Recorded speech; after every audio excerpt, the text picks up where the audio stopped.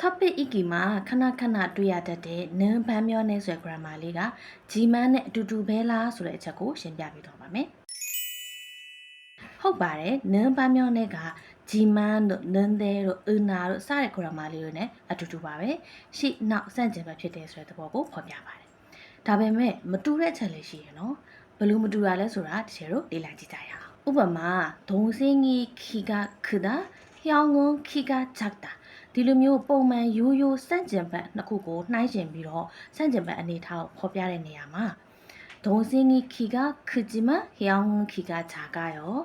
동생이 키가 큰데 형은 키가 작아요. 동생이 키가 크나 형은 키가 작아요. 동생이 키가 큰 반면에 형은 키가 작아요 소비로 리드라리리네 아두두베 레동로 야바래. 다음에 아이가 아치니 듣고 시게 뱀에 아쿠로 아이 아이가 아치니네 마두레 산제베 아치니 듣고 뿅레 도아레 소에 아니 다묘 법야레 가마로 반면내고 롱와 동로 미야바우. 우바마 처음에는 김치를 못 먹었다. 지금은 잘 먹게 됐다.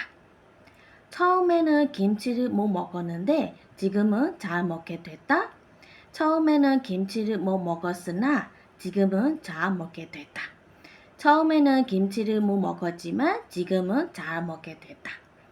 처음에는 김치를 못 먹었는 반면에 지금은 잘 먹게 됐다 소비로 디마 반면에 골라동로 미야바우 비로 반면에가 at 내래 돼 맞동마우 반면에 pattern quality solution 아따바이 은 반면에 마바이 나 반면에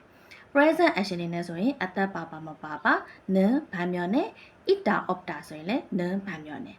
action ကိုမှ past action နဲ့ဆိုရင်အသက်ပိုင်း on ဘန်မျောနဲ့မပိုင်း na ဘန်မျောနဲ့ noun နဲ့ဆိုလို့ရှိရင်တော့ in ဘန်မျောနဲ့လို့သုံးပါတယ်။ဒါကြောင့်ခုနကစာကြောင်းမှာ past tense ought နဲ့တို့နဲ့သုံးလို့မရသလို more gun နဲ့ဘန်မျောနဲ့ဆိုပြီးတော့လည်းသုံးလို့မရပါဘူး။နံဘန်မျောနဲ့ကဒီချက်အရှိမှရှင်းပြခဲ့သလိုစန့်ကျင်ဘက်မျက်နှာပြင်သို့မဟုတ်စန့်ကျင်ဘက်ဘတ်နှစ်ခုရှိတဲ့အနေအထားကိုနှိုင်းယှဉ်ပြီးတော့ဖော်ပြတဲ့အခါမှာပဲသုံးပါတယ်။အင်္ဂလိပ်လိုဆိုလို့ရှိရင်ကျွန်တော် but ဆိုတာထက် on the other hand အဓိပ္ပာယ်နဲ့တူတယ်လို့ယူဆလို့ရပါတယ်။ဥပမာစာကြောင်းလေးနဲ့ကြည့်ကြအောင်။ 한국은 여름이 더운 반면 겨울은 매우 춥다. 남쪽은 비가 오는 반면 북쪽은 눈이 온다.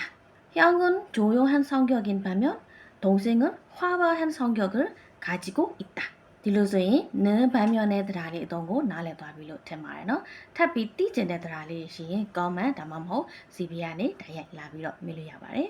ရှိကနေချောစော감사합니다